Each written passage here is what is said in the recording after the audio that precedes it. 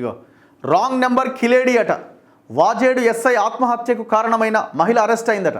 ఆమె చరిత్ర తెలిసి పెళ్లికి నిరాకరించిన హరీష్ బెదిరింపులకు దిగడంతో ఎస్ఐ బలవన్మరణం.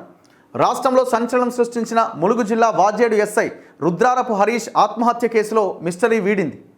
రాంగ్ నెంబర్ అంటూ ఫోన్ కాల్తో దగ్గరైన అనూష అనే మహిళ వేధింపుల వల్లే ఎస్ఐ బలవన్మరణానికి పాల్పడ్డాడని పోలీసులు తెలిపారు. ఇందుకు సంబంధించి సూర్యాపేట జిల్లా చిలుకూరు మండలం తుదియా తాండాకు చెందిన బానోతు అనసూర్యను అరెస్టు చేసినట్లు శనివారం ప్రకటించారు. ములుగు జిల్లా వెంకటాపురం సిఐ బండారి కుమార్ తెలిపిన వివరాలు ఇలా ఉన్నాయి.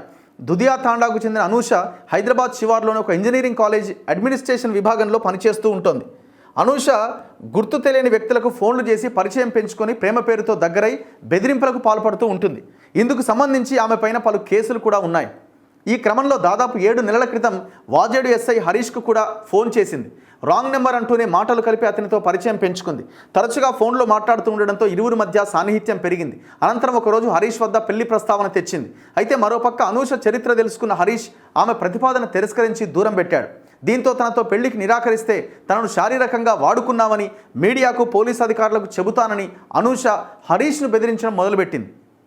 ఈ క్రమంలో డిసెంబర్ 1వ తేదీన హరీష్కు చెప్పకుండా వాజేడు చేరుకున్న అనీష అతనికి ఫోన్ చేసింది. దీంతో హరీష్ ఆమెను పూసూరు వద్ద ఉన్న ఒక రిసార్ట్కు తీసుకుపోయిండు. డిసెంబర్ 2వ తేదీన అదే రిసార్ట్లోని గదిలో అనూష మరోసారి పెళ్లి ప్రస్తావన తీసుకురావడమే కాకుండా పెళ్లి చేసుకోకపోతే చచ్చిపోతాను అని హరీష్ను బెదిరించింది.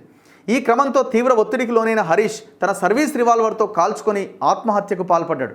ఈ ఘటనపైన కేసు నమోదు చేసిన పోలీసులు తొలుత అనూషను ఆమె కుటుంబానికి అప్పగించారు. హరీష్ పని ఒత్తిడి వల్ల ఆత్మహత్య చేసుకున్నాడని ముందు భావించిన అనూషతో ప్రేమ వ్యవహారమే కారణమని దర్యాప్తులో గుర్తించారు. దీంతో అనూషను అదుపులోకి తీసుకొని రిమాండ్కు తరలించారట.